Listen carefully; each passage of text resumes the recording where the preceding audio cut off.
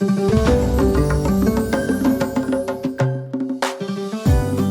don't know anyone who's ever been to Tunisia. I underestimated how impressive it would be.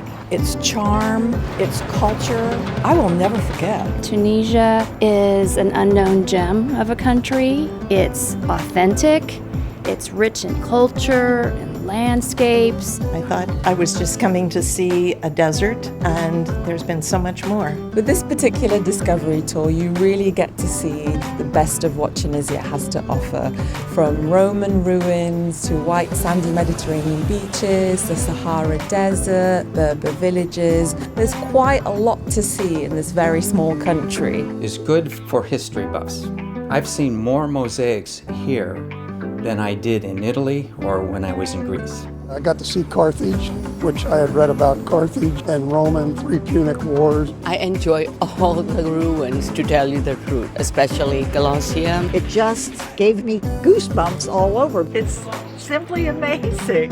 The archaeology sites, very well intact, not crowded with people. Some places in the ruins, we were the only people there. The Sahara was the most compelling place that we've seen. I mean, it just shouldn't be missed.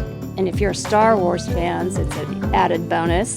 We got to see where it was actually filmed. But above all, you really get to experience the warmth of the local people. I had so much fun. The people were fantastic.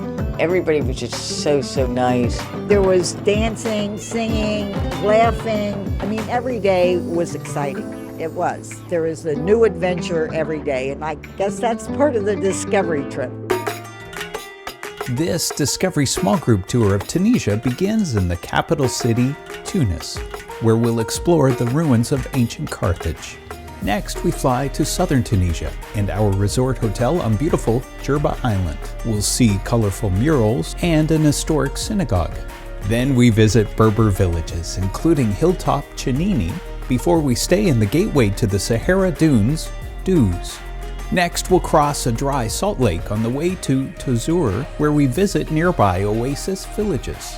We leave southern Tunisia to head to the amazing archaeological site of Spatla with its unique 3 Roman temples before we stay in the city of Kairouan and see the oldest mosque in North Africa. We continue to El Jem to visit its impressive Colosseum, and then to our base for exploring the Kapon Peninsula, the resort town of Hammamet. Finally, we visit the Roman archaeological site of Douga before we return to Tunis to conclude this incredible discovery tour of Tunisia.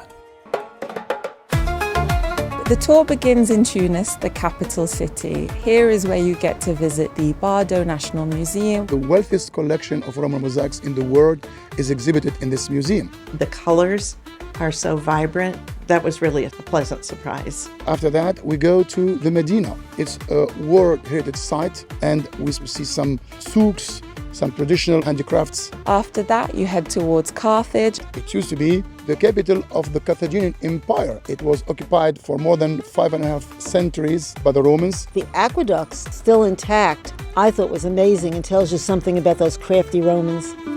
I loved Sidi Bou Said, the Santorini of Tunisia. It really rivaled any Greek island that I've been to, and seeing the sea and the blue and white, it was absolutely amazing. After that, you'll catch a plane to the island of Djerba. We visit Galala, the little village well known for its traditional pottery. The Reba Synagogue really fascinated me. The inside was absolutely beautiful. We go to visit the open-air museum where we have nice mural paintings. It was extremely colorful, beautiful art. We take you to Tataouine where we meet the Berbers, the first inhabitants of Tunisia. I especially enjoyed the Berber village of Chimini. It was nice to walk around there and see how the Berbers live still today. We go to another small village called Sar Hadada, a Berber fortified granary, and then we get to the Berber village of Matmata, known for its cave dwellings. We run out into the Sahara on 4x4s, and when we stepped out of the cars, the band was playing and the gentleman had pots on his head. Everybody got into the spirit, and the food was really, really good. Authentic homemade bread that was baked in the sand. It was phenomenal. The Berbers treat you so well. and treat you like you're really family.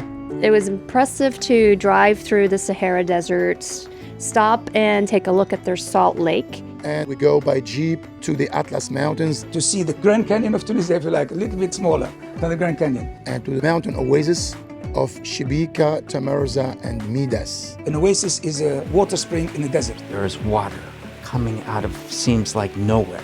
It's a constant flow of water in the desert.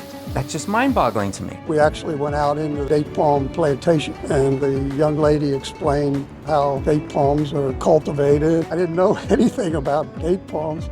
They're climbing up to get the dates. He got up in the very top at the palm fronds. There are very few ruins that you go to that you actually feel like you're in the city. And that was the feeling that I got in Spetla. The Roman temple in Spetla was the best preserved that I've seen. And from Spetla, we move from Roman word to the Arab word in Kairouan. We're going to visit the Great Mosque, which is the oldest mosque in North Africa. Then you'll get to create makrouf, lovely little sweet treats. We started from scratch for the dough. The pastry is made out of semolina with dates inside. It's fried in oil and covered with honey. And it's an experience that I'll never get anywhere else. It's really unique, and I really enjoy it. They taste great, especially the ones I made. From Kirwan, you'll head towards El Jem to experience the Colosseum. It's better than the one in Rome. Am I allowed to say that? I absolutely loved the Colosseum because you could envision what it was like thousands of years ago. And climbing the stairs to the top was just really a truly, truly invigorating experience. After that, we'll head towards Hammamet, and here we have some beautiful sandy beaches. We're going to explore the Cape Bon Peninsula. We go to visit the fortress of Kelebia, overlooking the Mediterranean Sea, and Kirkwan. The only Carthaginian archaeological site never inhabited by other civilizations. You'll get to visit a local family who will tell you about the land that they live on. They invited us to dress up. Then we were carrying food on our heads, and they were playing music and dancing, and it was fun. On your last day of the trip, I would definitely say this is the best for last because Dugga is probably one of the most preserved Roman sites that you'll find. You can visualize it perfectly. Enjoyed very much seeing the theater, and the backdrop, looking out over the fertile fields was just spectacular. You're definitely walking through time. My husband and I have traveled with several different companies, but we keep coming back to Gate 1. I truly believe that they have the best package put together.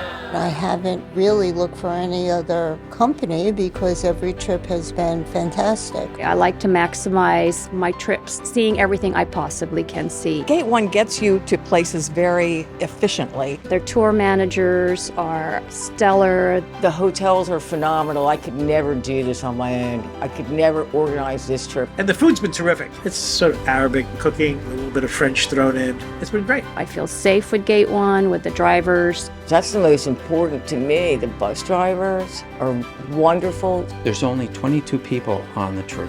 You will make long-lasting friendships. More of the world for less is true. You get your money's worth and then some. I cannot wait to welcome you to our wonderful country. What are you waiting for? Come on now.